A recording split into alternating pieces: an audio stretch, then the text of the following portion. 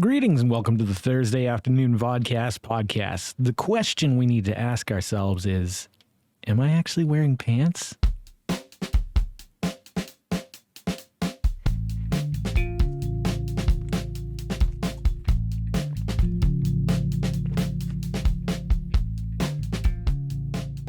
Hey, how are you Billy Bumblers doing out there today?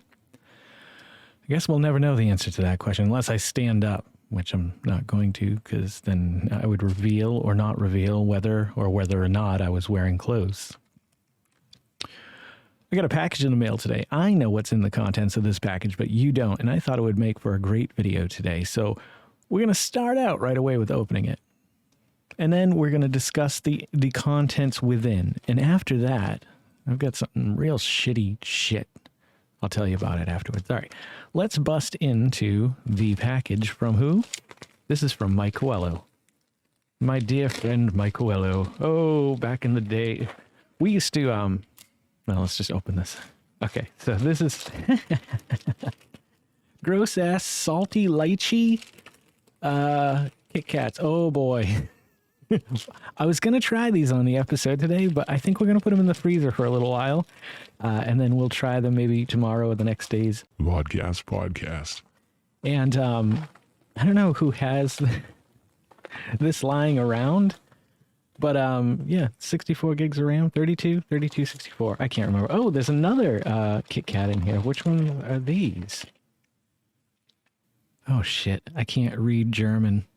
Well, if anybody's German out there and wants to translate that for me, that'd be great. Maybe there's an app for it. Anywho, yeah, we'll let these cool off. I imagine it's got to be a tea. It looks like tea. I think you mentioned tea. There's some American ingredients. No.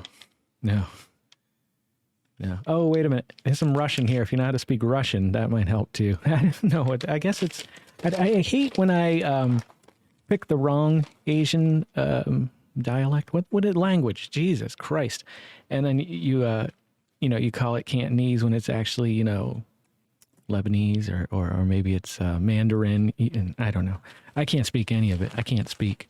Okay, I thought I felt a paper. No, it was just the other thing. Well, first and foremost, thank you very much, Mike, because this is going to help out the whole process along with old Premiere. Wow, I'm really scatterbrained this afternoon. I've been editing all day, high from space stuff, and it's got my head boggled. I tried to do something special and fancy with recording each of the audio tracks separately, which is fine if people don't leave and log out or if there's not a breakout room or something like that. So I think I finally got my shit together for episode 5. And last night, we filmed a fantastic episode 6. So that's our mid-season. Yeah, Mike sent me these because when you're working in Premiere a lot, it's very RAM intensive. So if I have more RAM, then it'll be less intensive on the system itself. So I met Mike. I remember I met Mike before I met Mike, really.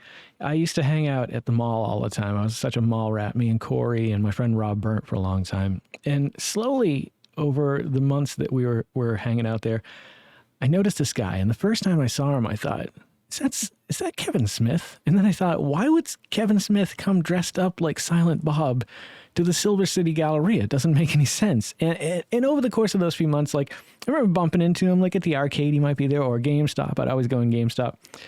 And we had a mutual friend. I can't remember who it was, but they finally introduced the two of us. And so we quickly discovered, I think, we had a nerdly brethren-ship going on.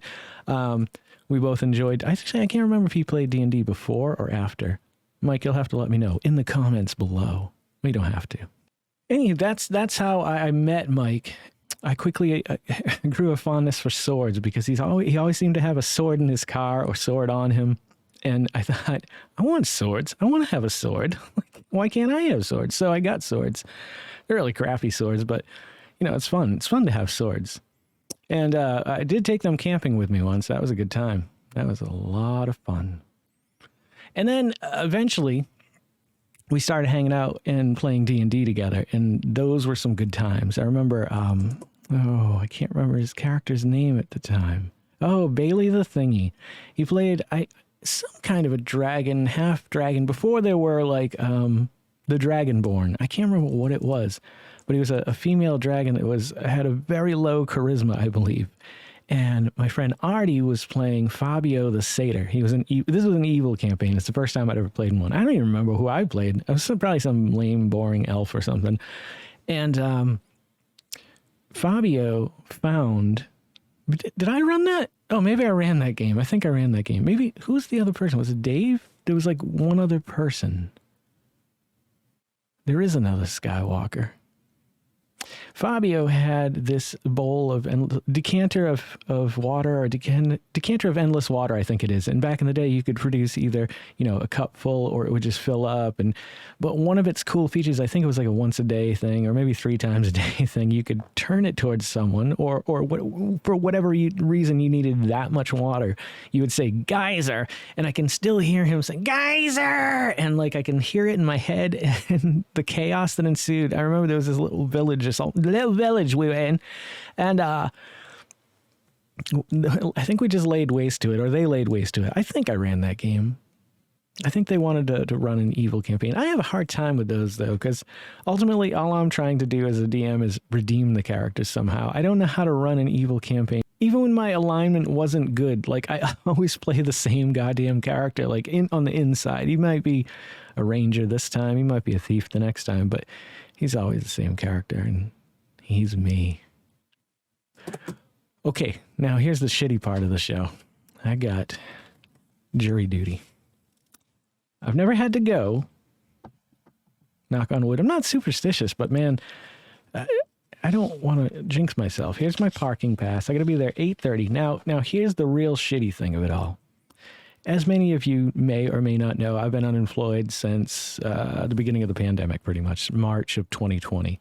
And I've been trying to find online work, which has not gone very well. But if any of you know anything about what's going on here in Virginia and the VEC, the Virginia Unemployment Commission, you'll know that to talk to a real person, the only way to do it is to place a 2-week waiting line. You have to wait 2 weeks before you can talk to an individual. For example, I haven't got paid it's probably been a little over a month now. Now, I don't make a lot on unemployment, so it's not killing us, but at the same time, that does add up. Do you know when my call is supposed to be? Yeah, you figured it out, didn't you? You guys are so smart. Yeah, the same day. So I'm going to call on Monday. Wait a minute, what's today? Thursday. I'll call tomorrow, and I'll see if I can get out of this early. And then the other real shitty thing is like, this is so jury duty is a civic duty that you have to your, I don't want to say community, your country, basically. And if you're called, you're supposed to go. And I know they work with people when there's extenuating circumstances. Wow, that was tough to get that out. That was good, though. That's a big word. Big words for me. Pat on the back today. Do I get a gold star? Yes, indeedly doodly. So not only are you're serving, but you're told what to wear, or what not to wear. Not the show. Please, no shorts, t-shirts, flip-flops, etc.